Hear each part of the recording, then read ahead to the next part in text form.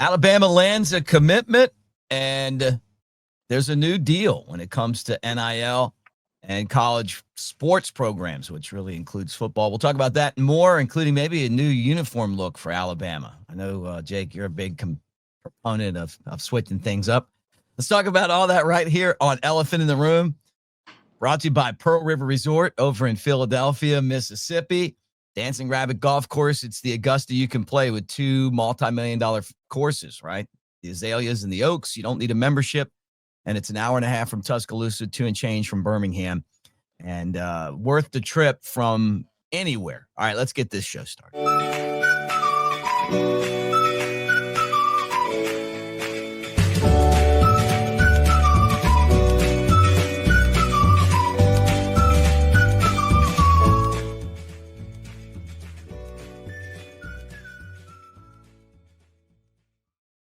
All right, there he is, Jake Coker, Mick Gillispie. Thanks for hanging out with us on Elephant in the Room. We're closing in on 160 episodes. There we go. Getting it done. Out there pushing hard, pounding rocks. I had like I said in the last show, I finally broke down and got the Chat GPT app. I wish I could share my screen with some of the logos I came up with for or pins. What do you call them? Mm-hmm. The pins for the show you put up. Yeah. Let me tell you. Are you redesigning things? I got some good stuff. Most of it is Mick Gillispie getting abused, but oh boy, I'm excited to see this.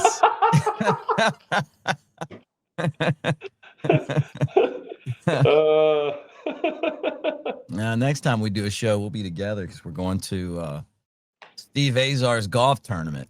Oh yeah, 3-day golf tournament. Are they all 3 days? I don't do a whole lot of these. You're a regular on the golf tournament circuit. This seems like a lot of golf. No, this is a lot.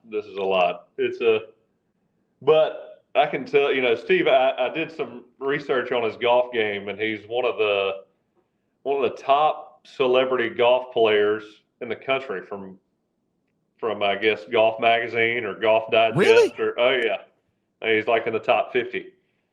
Which I didn't get into.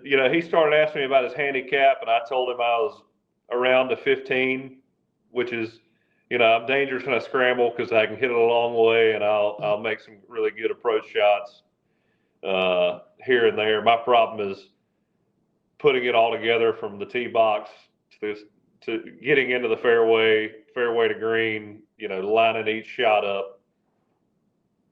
It's just hard to be consistent. But in a scramble, I'm a dangerous player. Yeah, well, you do a lot of those. I didn't realize he was that good. He doesn't really talk about golf that much. He's the guy that sings that song, Me Till Monday, and it's like one of the top country hits in the last 20 years. It's a big hit.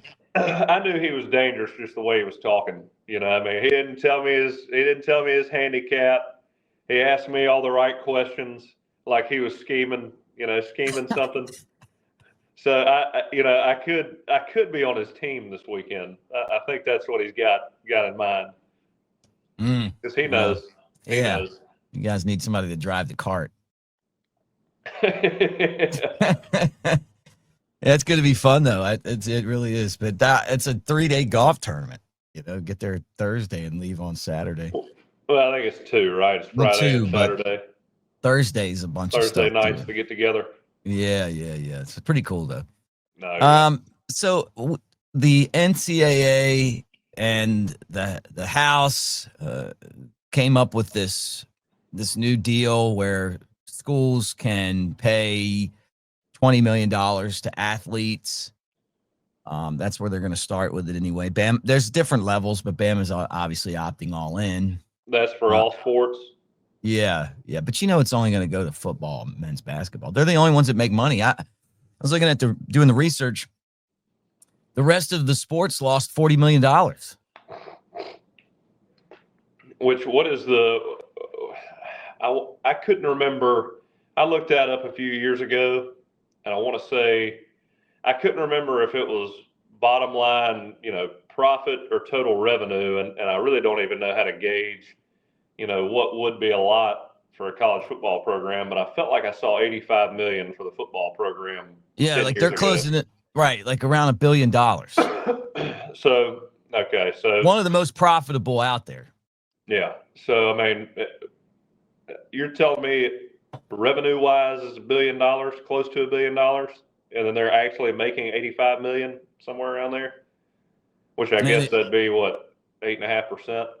Yeah, That the wouldn't be. percentages don't work out good at all. I mean, or even the 20 million that you're going to pay. I mean, figure most of that's going to football, but let's just say all of it's going to football. It's the math still doesn't work to me at Alabama. Now it may work at Vanderbilt or Wake Forest. Yeah. But if you run it like a business, and I know some of you guys are going, well, I mean, it's supposed to be amateur athletics. It really wasn't supposed to be about the money. It turned in about the money. When you got guys out there that are worth that much, it's not like Nick Saban didn't get $10 million a year. It's not like Greg Burns not paid. It's not like the assistant coaches aren't paid. I mean, well, I mean, look, you go around NFL facilities, and I mean, those don't touch Alabama. I mean, right. College football facilities are so much nicer than NFL facilities. I mean, I'm sure there's some out there that rival college facilities, but I mean, when I was in Arizona, there's nothing wrong with the building. Don't get me wrong, but I mean, to me, it looked like it was built to, serve its purpose, and there wasn't a whole lot on top of that. I mean, it was you had a place to work out, you had a place to meet, and you had a place to eat, and you got out of there. It wasn't, it was a decent place, but coming from Alabama and those facilities, I mean, it's not even close. Yeah. And those and NFL, I mean, NFL franchises are in it to make money. It's not about the experience; it's about the bottom line. Well, yeah, And right. and again, you're not attracting people there with facilities and a good time and showing you how comfortable you're going to be while you're here. No, you're getting paid to be here, and you really got no choice whether you're playing here for the Giants, for the Browns. It's not up to you, Mm-hmm. So again, college football. Right now, there's no place, there's no business to me that I've ever been involved in where the employee has more leverage. I mean, you've got all the leverage in the world. Yeah, look, I think that the whole idea is to regulate the money a lot more, right? I mean, they still want you to give to the collective. But I mean, are you going to be able to tell players that they can't take NIL money even though you're paying them? I'm still kind of trying to figure out what all of this stuff means. I listened to Greg Byrne talk about it, read about it. But in there, I don't see anywhere where it says that if the school's paying you, you can't take NIL money. So, like, how's that going to stop Ohio State or Texas from just way outspending everybody to win the championship? Yeah, I mean, you're not going to be able to regulate that. It just to me, now the schools have some power and divvying out a little more money here and there to guys that may need it to stay. But your star players, that they're going to get paid one way or the other, and they're going to get lured away. And again, I haven't read this new bill, but I'm basically, I don't see how you stop that. Mm-hmm. I mean, how are you going to stop that legally? Yeah. There's no way. Right. And judges in areas that I mean are all on board for I don't know. I mean, I guess I don't know how to state this other than saying they want it to be the Wild Wild West, or employees having all the leverage. Which, look, I mean, it's great for the kids monetarily. I don't think it's good for them long term.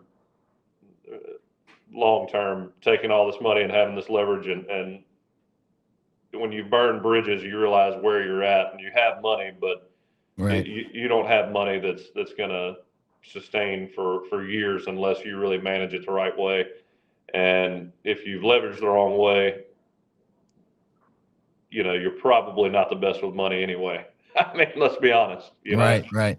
Well, Burns says that the crazy money's starting to slow down, which I thought that would happen too. Where you're going to tap into some of these boosters, but I mean, how many people have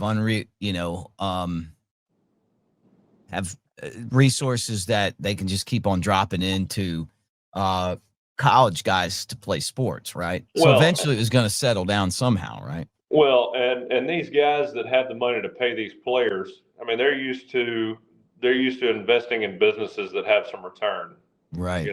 And which, look, I know when you invest in the NIL funds and pay these schools, you get a lot of access, and it may as well be a sales tool for your business, bringing clients in and being able to do things within that university that a lot of people can't. So I mean, there is return there, but I think when you pay guys millions of dollars and they have the ability to up and leave and basically take your money with them, I mean, what was the point of that? I mean, at some point, these guys are going to get tired of just seeing the lack of loyalty that is in paying these guys. And it's great for the guys that stay and show appreciation for that money and want to do their best for the school that they're playing for. But there are guys that are going to take advantage of that and bounce around from school to school and make as much as they can. And you know what? I mean, sometimes in that situation with that much money in your face and you're 18 years old, 19, 20, that would be hard to turn down. So yeah, I mean, look, it would be hard for me to turn down today because I wouldn't. That's right. I mean, it is money. I mean, not everybody's going to leave college and be like, like a NFL superstar. I mean, it may be as good as it gets, and if playing football at Alabama is as good as it gets, it's pretty good. I mean, it's pretty awesome, right? I mean, you know that. I mean, a lot of people, that's what their dreams are. I remember talking to guys that told me they never dreamed about playing in the NFL. That wasn't their thing, or playing in MLB. They wanted to play at Alabama. That was what they wanted to do as a kid. That was what their goal was. Yeah, I mean, and this, correct me if I'm wrong. I mean, this happened in what, 2020? Mm-hmm. Isn't that right? Because Bryce Young was the first one that I feel like at Alabama made real money. Isn't that right? Oh yeah, right. Yeah. Or maybe it's 2021. And it all started with a judge in California, right? I thought it started with the Supreme Court. Like they basically ruled that players could get money for their name, image, and likeness and not lose eligibility. And then from that point on, it was just a landslide. And all of a sudden everything was kind of just, they tried to regulate it. And every time they did, somebody sued the NCAA, and then the NCAA just kept losing. And now there's no rules. Yeah. Well, now this is supposed to bring rules to it, but regulate it somewhat. Yeah. Well, the NCAA blew it. I mean, they absolutely blew it.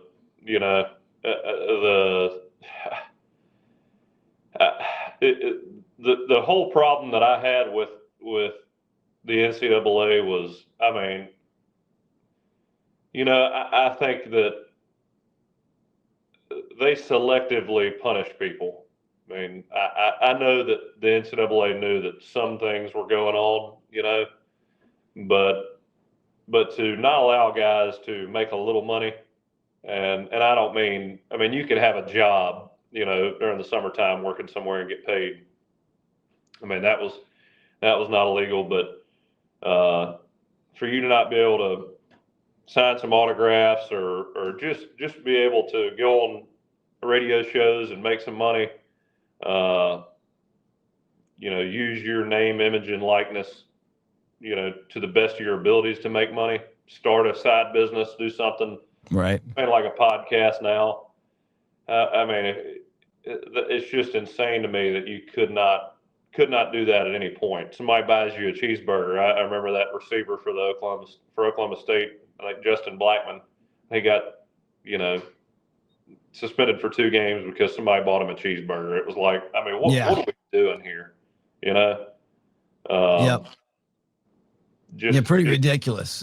Somebody got in trouble for getting a bagel one time. I remember it's like the NCAA had they just had no clue on how dumb can sense. You be? How dumb can you be? Yeah. Really. Because you have to know at some point it's going to catch up to you. Yeah. You got to give some. I would let guys get paid for anything outside of, well, I say that.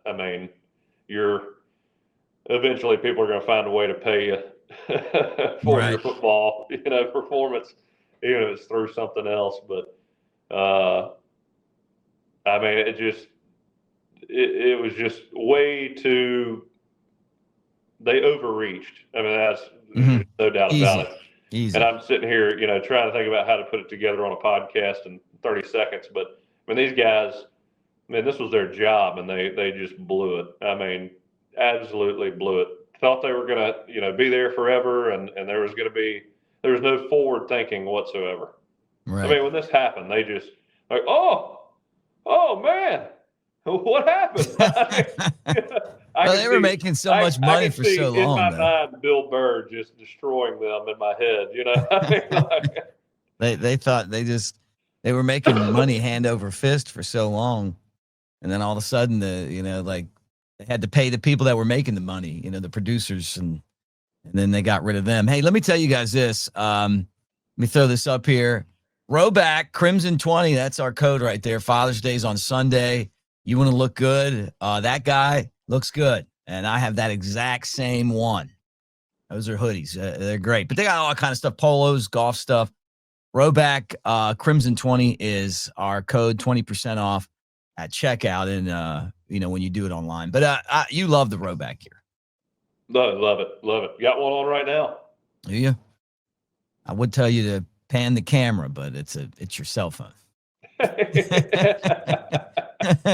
If you just move the camera a little bit, we might lose you if you do that. All right, next thing, I know you are a fashion connoisseur. You're talking about all your Rowback gear and stuff, and people can tell by your neatly kept hair that you're a guy that loves fashion. Okay. So, hey man, if it's free, I love it. It looks great. so when you said that you were all about some new uniforms, I was surprised. Those are the ivory tusks. Gosh. Ivory tusks. What do you think about the ivory tusks? Look at those Bama's gray, the new gray uniforms. Is that real? Look, you're looking at it. Oh, that looks like an Ohio State practice uniform. That's what we're wearing. That's what we're wearing for the Iron Bowl this year. Oh.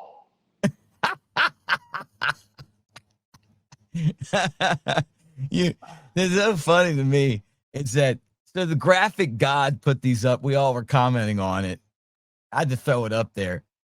I'm gonna give you my take. I'm not opposed to doing some alternative uniforms, but I would do them like 8A.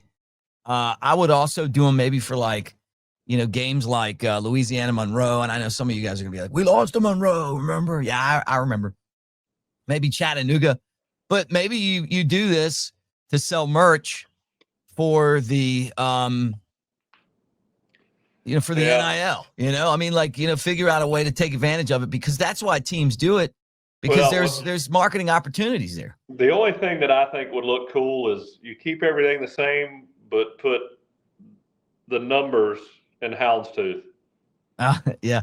Do you remember when they did the houndstooth collars? It was like 2000. 2009, right? 2009 or 2010. Yeah, and then believe. everybody got the houndstooth Nike hats, and Nike did the houndstooth polos, and it was like it's like a alteration to the jersey, which we haven't done many of those.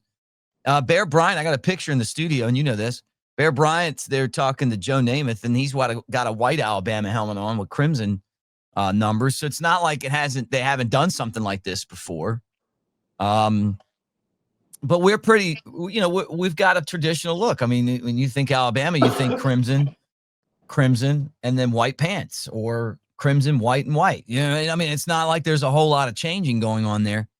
But in a world where you need cash, could something like this be used to raise money? And as a player, I mean, would you have wanted to wear anything other than the crimson hat? Well, now that you say it, I mean, if you're selling merch and paying me on it, then sign me up. So you would wear the ivory tusks if you were getting a little cash. I mean, in certain aspects of life, I can be bought.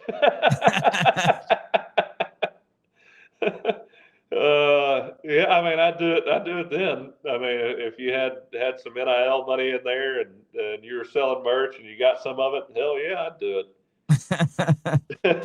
I mean, now that does not look good. I mean, I'll admit, but I couldn't tell if you were joking. Are we really wearing that for the Iron Bowl? No, we're not. Really okay. The whole thing. I think the whole thing was a joke. Because let me tell you, if we wore that to the Iron Bowl and lost, oh my God! I mean, you'd never hear the end of it. Yeah, we're not wearing those at all. No, I think the realistic change would be wear a white helmet once in a while, like they used to, and then you could sell the white mini helmets. But if you're at Alabama, you could even regulate the white helmet being something that you get from the NIL. I'm just looking to be creative, because in this world, the teams that spend the most money are going to win. Ohio State did that last year. Don't be surprised when Texas isn't in there again, and they're going to outspend everybody this year to win that championship. And I think for Alabama, if they can do something creative to make money, and I can hear Alabama fans yelling at me right now, but I'm just telling you, we've got to be creative when it comes to bringing in money. Changing the helmet for, a game against Western Carolina and being able to go out and sell that wouldn't be a bad thing. I'm not for this, though. This is extreme to me. I'm going to put it back up there again. I can't imagine Bama wearing like gray. That's a Tennessee thing right there. I don't even know who that. You're right. They do look like an Ohio State practice jersey. Yeah. But the white helmet looks pretty good. I do like the white helmet. Yeah, I agree with the white helmet. I mean, if you came out with a white helmet in the away uniform, I think that'd look pretty cool. All white, pretty much. I think that'd be pretty awesome. Like stormtroopers. Yeah, that's right. That's right. So it was 1984 that Bama won. That Bama wore the white helmet. So I'm going to pull it up so you can look at it. Oh, I recognize that guy, Cornelius Bennett. Remember him? Oh yeah, I've met Cornelius a few times. He was at the Senior Bowl golf tournament this year too. Was he? And he was still monster. Looks like he could play. Yeah. Well, that's him right there with a sack with the white helmet on. Not too bad. And they would look better now just because the helmets look better now. The technology, but that was not the end of the world. We haven't worn them since '84. Yeah. I can't remember. Gosh, I'm going to sound like such a clown when I say this. But I'm trying to remember. It was Cornelius Bennett who had the sack against Notre Dame when, on the free. Yes. Yeah. Because when I think about these old memories, I'm always like. Steve Berline. Huh? Yeah. He sacked Steve Berline. That was the first time Bama beat Notre Dame. They had a long losing streak to the Irish, and then finally got them. And, can you imagine? I heard John Gruden talking about it. Of course, it's kind of similar to the defenses with Coach Saban there, but he was talking about how he was at Tennessee and they were going to beat Alabama, and all that. Their main goal is to run away from Cornelius Bennett, and then they realized mid-game that they were running to Derek Thomas. Yeah, DT. Man, that's crazy. I remember those two guys just causing havoc in the NFL. I mean, can you imagine? Derek Thomas is kind of an unknown, and you go through your entire week, really probably 2 to 3 weeks, and over the summertime, advising a plan to get around Cornelius Bennett, and you think you've come up with this master plan. I mean, you got it figured out. And then you run to Derek Thomas the entire game and look like a total dumbass.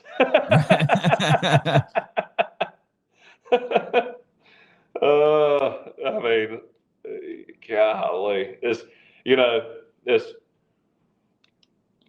reminds me of, on our team in 2015, the amount of just dudes on that defensive front was so good. Yeah. I mean, so many guys. And I remember we're playing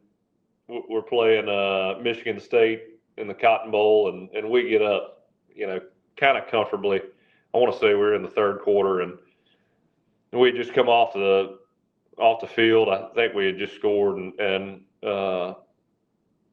Michigan State's on the field. They're about to punt. They come off, punt team's on, and the offense is sitting on the bench, and it's kind of like a couple of us looking up at the scoreboard, and they pan over to Connor Cook, and he's talking to somebody. He's like, they're fucking everywhere. They're everywhere.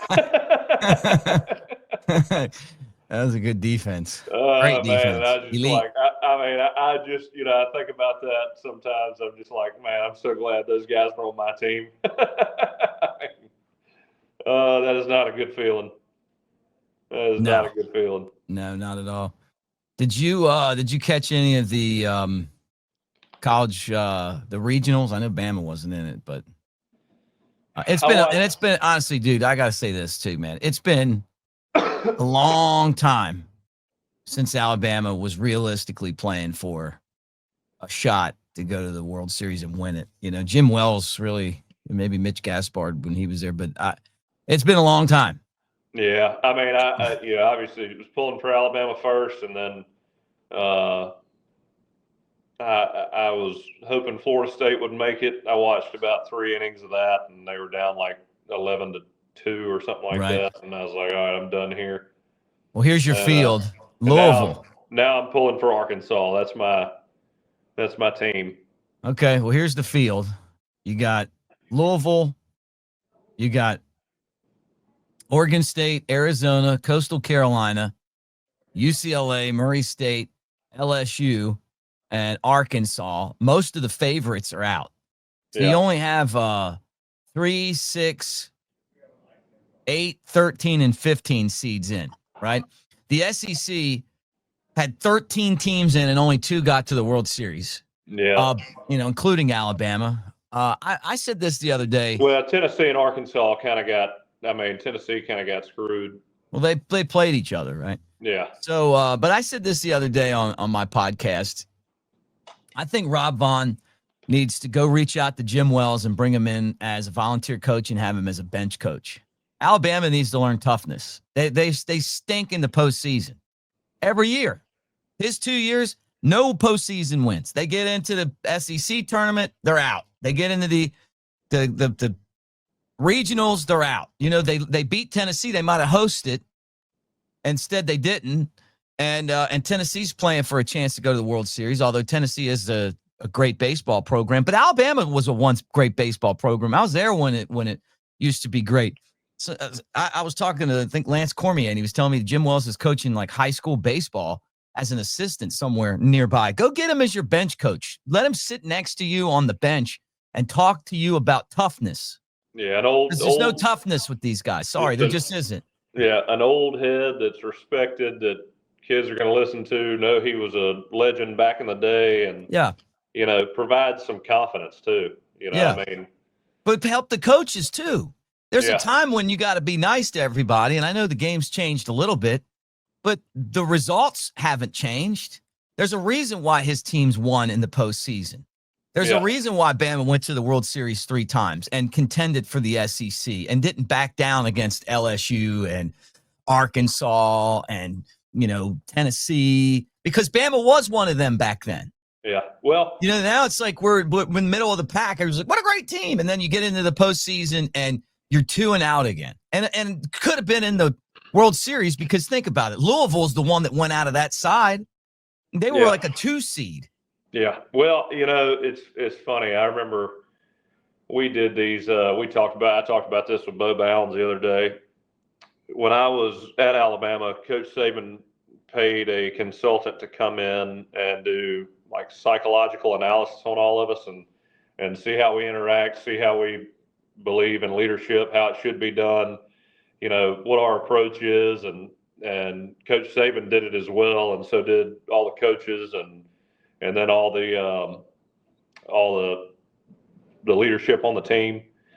And so we talked through that, and she went through Coach Saban's outlook on leadership and how to become better. And one of the things I remember the most is that he wasn't afraid of outside voices coming in and giving him insight. Right. I mean, he welcomed that. Anything that he could learn and get better with, even if it, he's obviously not going to take somebody's entire philosophy and implement that, but whatever bits and pieces he can take from other people and get better, then he's going to utilize that.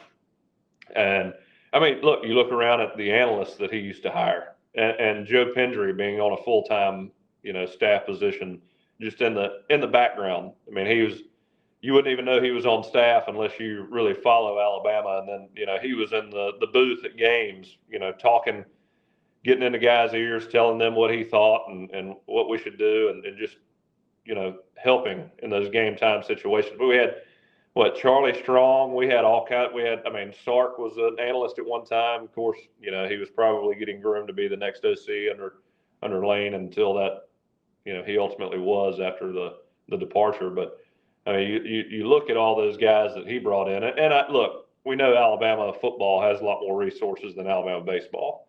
So you can bring in more of those guys, obviously. But look,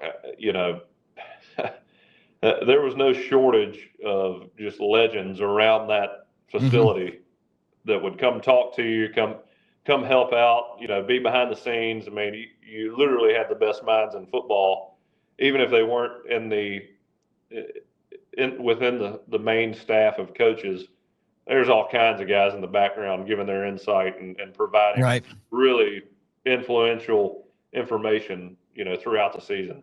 So if I'm a head coach, I mean, I want as many guys around me that I trust, that are very knowledgeable, have been there before. And that's what Coach Saban did. I think leadership-wise, Coach Saban is the best of all time.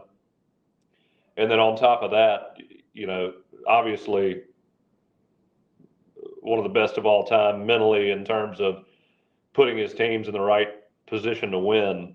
But also when you have his mentality in terms of creating a support system that just supplements the greatest mind in college football, who can beat that? I mean, nobody's going to go on a run like that in college football, unless you've got that kind of talent as a head coach, and then you surround yourself with the best in the business. Got to do it, man. At college, NFL level, I mean, I'd love to see a list of everybody that's been through that program over the last 10 years, or the last 10 years Coach Saban was there. Yep. Hey guys, let me tell you about where I'm from, Maryland, and I haven't lived there in forever. You know this. But when I did live there, the place that we went was Ocean City, Maryland. And I am excited about going there. I'm actually trying to plan my trip now, but we are proud to tell you that the residents in Ocean City, which you see right there on their website, is part of Cover Crimson. As you guys try to plan your next trip, Residence Inn by Marriott, the 2024 Hotel of the Year winner. They're going to win it again in 25. Look at that view right there. Steamed crabs and crab soup and secrets and Ocean City's boardwalk. So many cool things in Ocean City. And sometimes you're just like, hey, I want to do something different this year for vacation. Maybe this fall you want to go somewhere different. Look at the sunset there. I grew up going to OC. Absolutely love it, and I know you guys will as well. Coker, you want to go? It makes it look like I want to go. You ever been up there before? I've been to Baltimore. I haven't been. Okay, this is different. This isn't Baltimore. Yeah. You don't. Yeah. I'm only saying anything bad about Baltimore. Well, I didn't see anything like that in Baltimore. I can promise you that. OC is awesome. It really is. It's cool that that Keith and those guys over there are a fan of the show. They watch all the shows, and they get it. We've got people from all over the country that watch, and really all over the world that watch us every day. But Dunaway, Brown, and LT all went up there last year. I think it was maybe 2 years ago. Had a blast, and I think Dunaway was like, man, it's so much bigger than he could have even imagined. You get there, and it's just a beautiful hotel, great rates, and then you're right in all the action. I mean, you're right there. So, but where is it? Is it on the outskirts of Baltimore? Or? No, that's Ocean City. That's like it's at the beach. Man. Yeah, it looks at nice. The beach. You get to, you pack up the wife, you get the in-laws to watch the kids, and go there. You come back, you might have added to your family. I mean, that's the kind of place it is. I know that's what you want to do. Got to get the little guy, Coker, Jake Jr. Yeah, that's right. Now, guys, seriously, we appreciate them so much for being a part of this. All right, quickly, I guess, because we're starting to run out of time.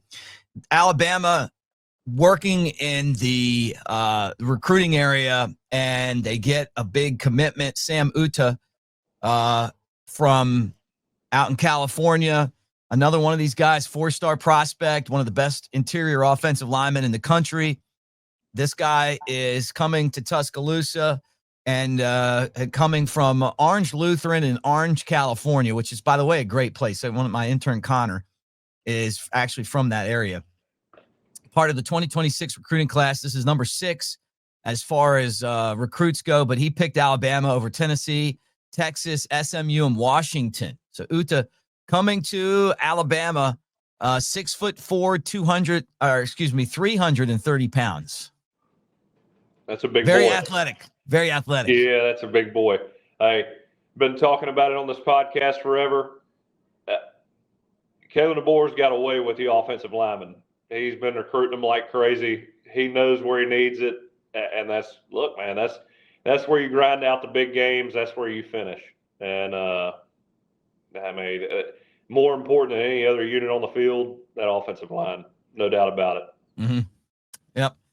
Well, that's Alabama, and who knows? By the time you guys watch this show, we think that there's going to be a wide receiver to join the crew as well here in the next maybe today. So you record it, you sit around, you wait. But Brian Williams, I think, is going to be the next guy, a receiver out of Florida. So we'll see what happens. But some momentum after the recruiting weekends. I think one of Kalen DeBoer's best attributes is his personality. People just really like him.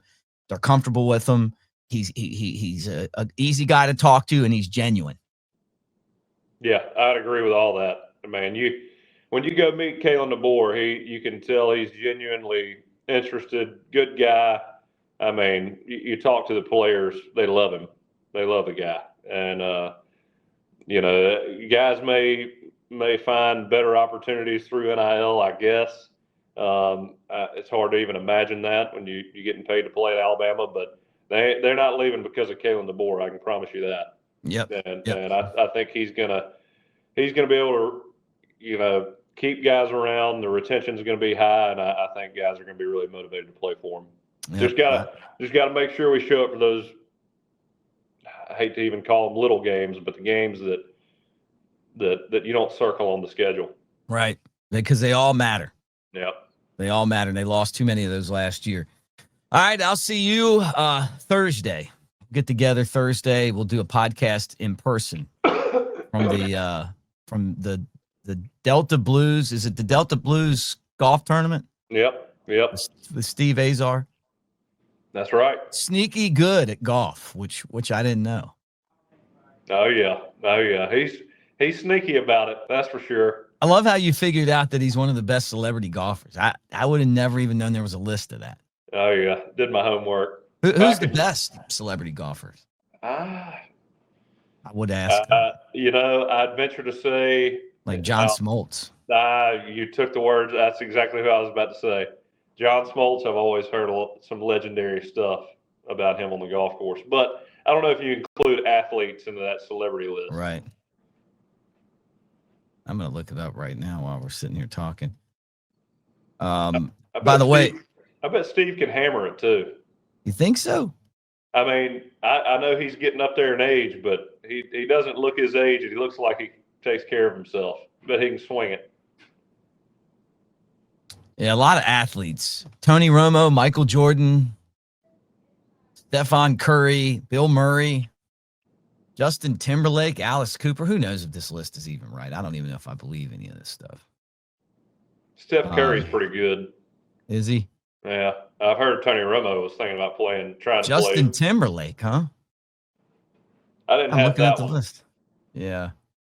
Mark Wahlberg. I would have pictured him as one. Charles Barkley? I heard he was terrible. Yeah, Mark Wahlberg. He seems too jacked to be good. Too tight. It's so funny. We'll start our own podcast, Best Celebrity Golfers. Hey, if you guys want to play golf, I'm going to tell you where you can do it. And you don't have to be a member to play an amazing golf course, and that's Dancing Rabbit over at Pearl River Resort. I know you're familiar with Silver Star and Golden Moon Casino. We've told you a lot about the sports book there, the Vegas-style sports book that you can go to, and you don't have to go all the way out to Vegas to Timeout Sports Lounge. I get that. You guys know that. But the golf course is a multi-million-dollar facility. Jake and I have gone out there to do shows. We stay in the clubhouse, in the basically the suites that they have available there. They're awesome. And then you open the window, and then you're looking out on an amazing green. It really is the Augusta you can play. You don't need a membership. The Azaleas, the Oaks, two amazing golf courses. Jake will tell you that the Tomahawk steak at Philip M. Steakhouse is amazing because we both had one. I said on the show yesterday that you were the one that wanted to gnaw the bone after the steak. That was really me because you're here and I couldn't get another bite out of that. The steak was amazing. Me too, man. I'm a fat guy at heart. There's no doubt about it. That steak was perfect. They did like what is it they call that? The Pittsburgh style. Yeah. They char it a little bit. Man, it was so good. But on top of that, the chowder's great, and then you got the spa if you want to relax. You got the water park. Geyser Falls, you got concerts and all that stuff. Pearl River Resort, we appreciate them. We appreciate you guys so much. Check them out online and roll tide.